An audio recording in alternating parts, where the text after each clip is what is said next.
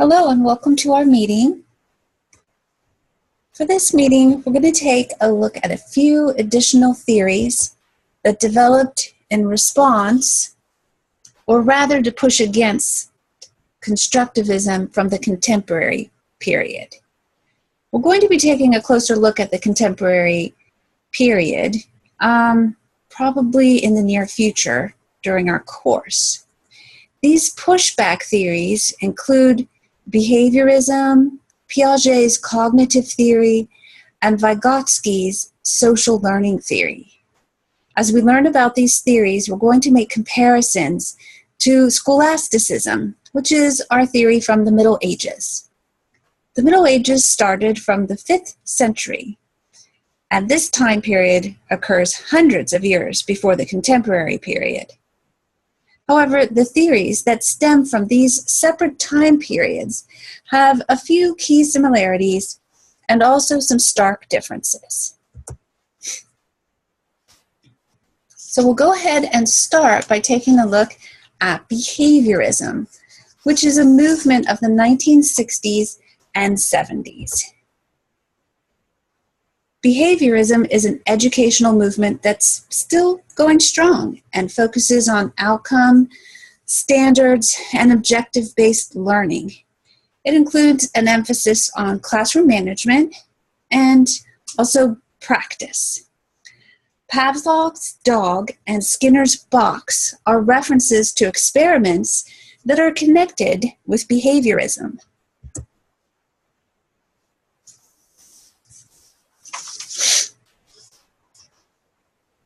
Pavlov was a Russian scientist who made a discovery while investigating the gastric function of dogs. He realized that the dogs he was experimenting on salivated in anticipation of their feedings.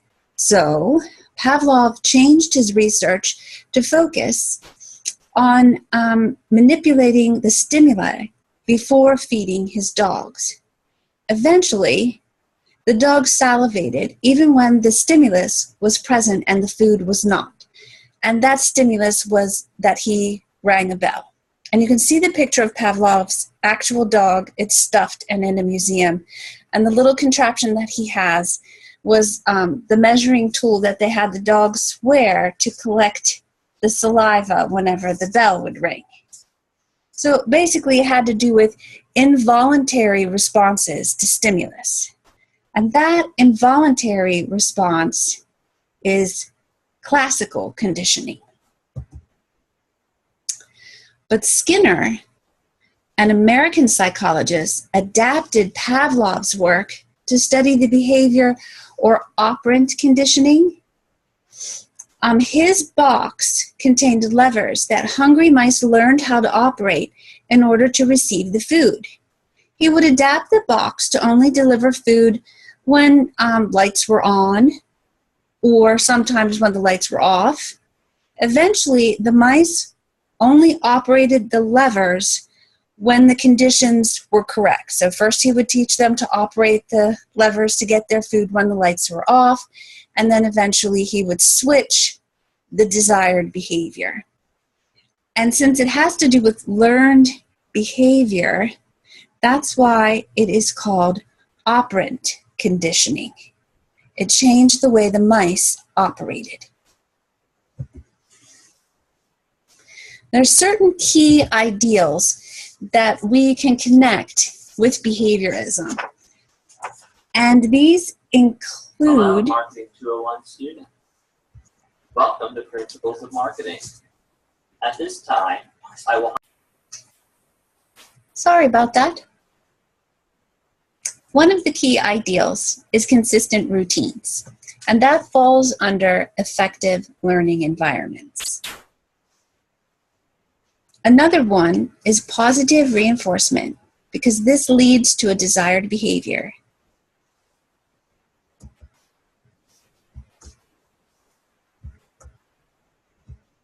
Just waiting for that to pop up here. Oh, there it is. And then the final one is time on task. And this is useful because it is known to lead to increased learning. So these three things: effective learning environments with consistent routines, positive reinforcement, and time on task are three of the known key ideals behind behaviorism.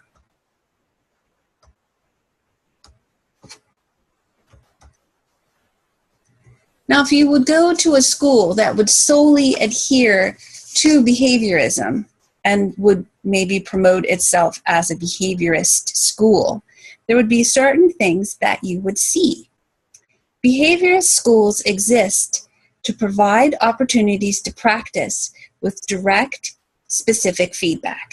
This philosophy focuses on human behavior as a reaction to external stimuli, much like the mice. And it believes changing the environment can change misbehavior. In addition, it is felt that learning occurs when the match between stimulus and response is appropriate. Since we're online for this meeting, I'm going to ask you to complete an assignment that will in part fulfill your class participation. You need to access all of the activities in the module to get 100% participation for this class. I do this for all online meetings, have these sort of assignments within the video lectures. The assignment is an email which includes a few key parts that we're going to address as we continue. Please just include all three parts in one email to be sent to me before our next class. For the first part of the email, please consider a time when you have experienced, witnessed, or took part in changing a child's learning environment to meet his or her needs. An example might be posting visual reminders of instructions for a child who has listening comprehension issues. These instructions could include pictures with short descriptions that the child could refer to throughout the day or throughout the assignment. Scholasticism, our middle-aged period philosophy theory, has certain commonalities and differences with behaviorism. Where behaviorism and scholasticism both advocate for consistency and structure, behaviorism relies on the learning environment as a whole, and scholasticism primarily relies on the authority of the teacher. When facing a discipline issue, a scholastic would conference with the parents, lecture the child on good citizenship and moral behavior, and read stories with lessons concerning breaking the rules. A behaviorist would set up a positive reinforcement behavior chart, conference with the child to find out preferred learning activities, and perhaps give the child a quiet area for study or to calm down when upset. A behaviorist would also use positive practice to model and reinforce a desired behavior.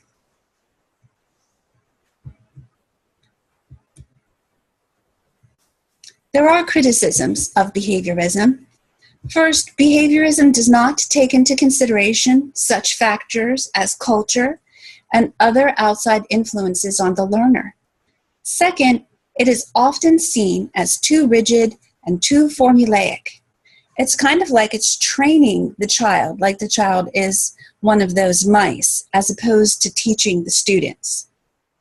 These criticisms originated from promoters of the theory of constructivism.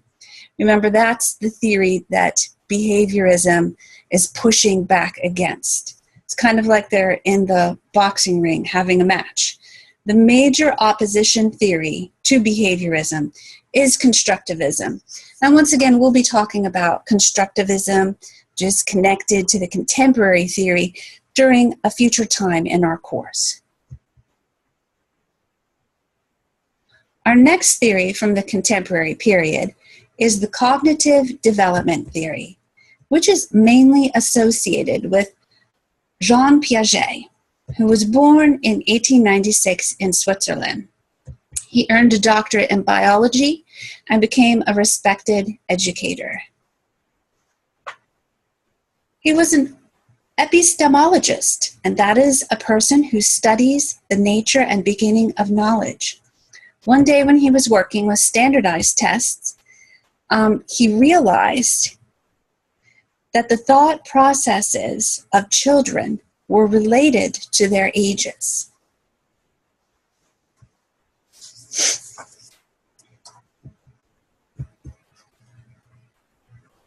Piaget's work is considered the primary influence in preschool programs in America. Page 78 of our textbook goes into further detail about his ages and stages. And these stages are called the stages of cognitive development.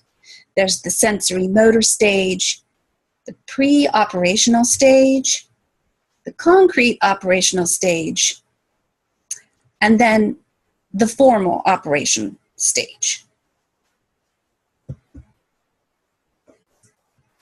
There are some comparisons between scholasticism, which is our theory from the Middle Age period philosophies, and cognitive theory.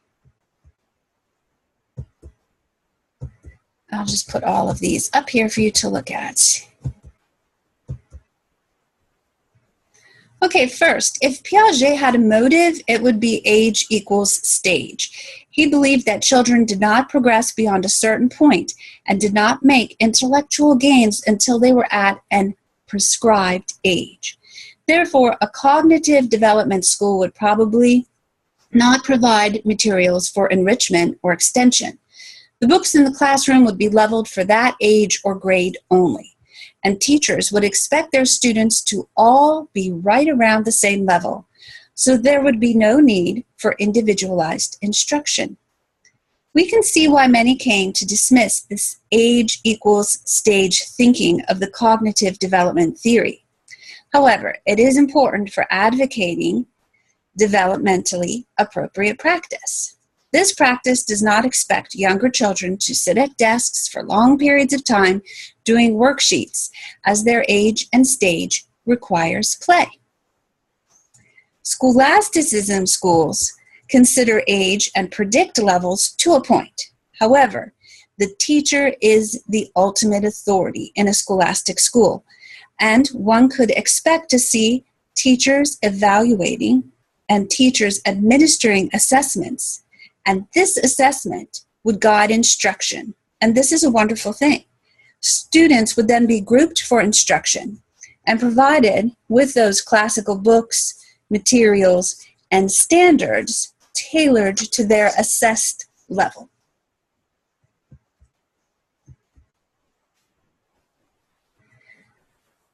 Then we come to our next theory, which is sociocultural theory.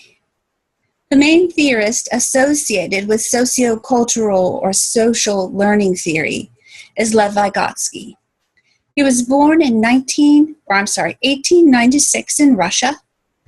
Vygotsky graduated from the University of Moscow, specializing in literature. He taught literature and became interested in how people learn. He focused on language development, which led to his social learning approach. Vygotsky came to believe that language and development build on each other. Lev Vygotsky has something in common with one of our Middle Age period philosophers, and that is a difficult life. As you know, Thomas Aquinas, at a very young age, only 5 years, was sent to live in a monastery and raised by monks due to the tumultuous medieval times of war, pestilence, and disease. However, much like Vygotsky, he conquered the odds. Aquinas became a priest, a scholar who studied Aristotle, and a revered historical figure and saint. Thomas Aquinas is credited with combining biblical principles with philosophy and is renowned to this day.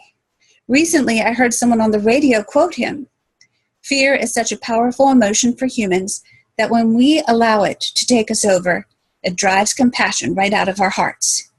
It is due to Thomas Aquinas and his fellow philosopher, Augustine, that scholasticism has the greatest impact on American education to this day. And it also makes for a great comparison tool for our newer theories. But back to Lev Vygotsky. Like Thomas Aquinas, Lev Vygotsky also endured a difficult upbringing and continued to face hardships throughout his life that he overcame. God also had his hand on Lev Vygotsky, and he experienced many unexpected blessings in his short life. Lev Vygotsky lived in Russia during a time of Jewish persecution. The son of a Jewish banker, Vygotsky obtained an academic degree at Moscow at the university and additional education opportunities solely as a result of winning a place in the Jewish lottery. He won more than once. The lottery determined which Jews out of a pool of many, many applicants could be admitted to a given school. The quota for Jewish students meant that only 3% of the total student body could be of Jewish blood. Sadly, Vygotsky died so young from tuberculosis in his late 30s that his theory was still in its beginning stages. He did not get to see the great influence his theory has had on education today. Vygotsky is mostly known for his zone of proximal development, or ZPD. ZPD is defined as the distance between the most difficult task a child can do alone and the most difficult task a child can do with help. Vygotsky believed that a child on the edge of learning a new concept can benefit from interaction with a teacher or a peer. This ZPD approach is applied in today's classrooms, and it is called scaffolding instruction. This graphic demonstrates that the ability of a child increases or grows when the zone of proximal development is put into practice. In other words, the green area shows what a child can do after interacting with peers or with an adult in a social context. This area of ability is much greater than the orange area, which shows what a child can do alone. As part 2 of our online email assignment for this class, please include in your one email to me an example of zone of proximal development. You could research one online or create one. Please cite your source if you find one online. For example, let's look at Marie, a first grader who avoids reading out loud and has issues reading fluency. She struggles with prosody and reads in a stilted, slow, and laborious way. She only looks at one word at a time. Marie is paired with a kind older student named Wendy in 4th grade. Wendy echo reads stories with Marie that are on Marie's high instructional reading level. First, Wendy reads the whole book and Marie listens and follows along. Then Wendy reads each phrase while sliding her finger along and Marie follows. Then Wendy models fluent reading for Marie. And then Marie echoes Wendy's page. Finally, Wendy lets Marie read pages aloud independently and only steps in when she needs help. Marie's fluency improves, and she begins to enjoy reading out loud even more. Marie's current ability is improved because of interacting with another person, and it works when students interact with a peer or someone who's a little bit more knowledgeable than they are, or with an adult.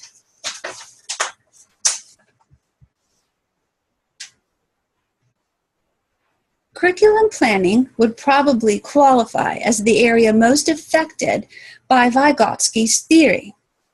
Vygotsky's motto would be that children learn by doing and talking. Therefore, traditional curriculums and teaching practices would evolve to be more student and discussion-centered. Vygotsky showed that children's cognitive development is affected by physical development and also by their social interactions with peers and teachers. He also believed that play fosters language as children negotiate and work out conditions of make-believe and learn to utilize words authentically in their discussions. So Vygotsky's motto is children learn by doing and talking. He saw the great benefits and increased learning that collaboration brings. In a social learning theory school, you would see children working in groups, problem solving, and the teacher acting as a facilitator. You would hear students talking to each other and talking to themselves and contributing to small and large group discussions.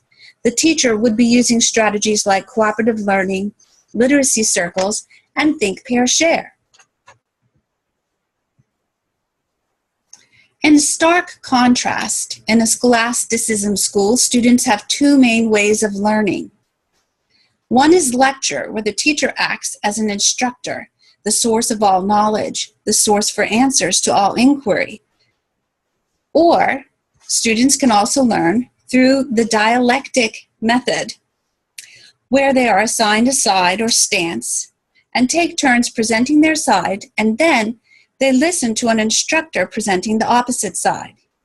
Each side has a limited time for rebuttals, and then the next day the teacher, as the final authority, makes closing arguments. In a scholastic school, one would hear mostly the teacher talking and students taking turns speaking individually. One would see children sitting at desks facing front as opposed to sitting in groups. There are many present-day teaching practices that evolved from the theories that we discussed. These influences of behaviorism and social learning theory are considered effective teaching practices that take place in classrooms today. You will have the opportunity to take a closer look at many of these practices in action by participating in our new discussion board. As part 3 and the final part of our email assignment for this online meeting, please choose one of the theories that we discussed in this meeting: behaviorism, cognitive learning theory, or social learning theory, which is also known as sociocultural learning theory.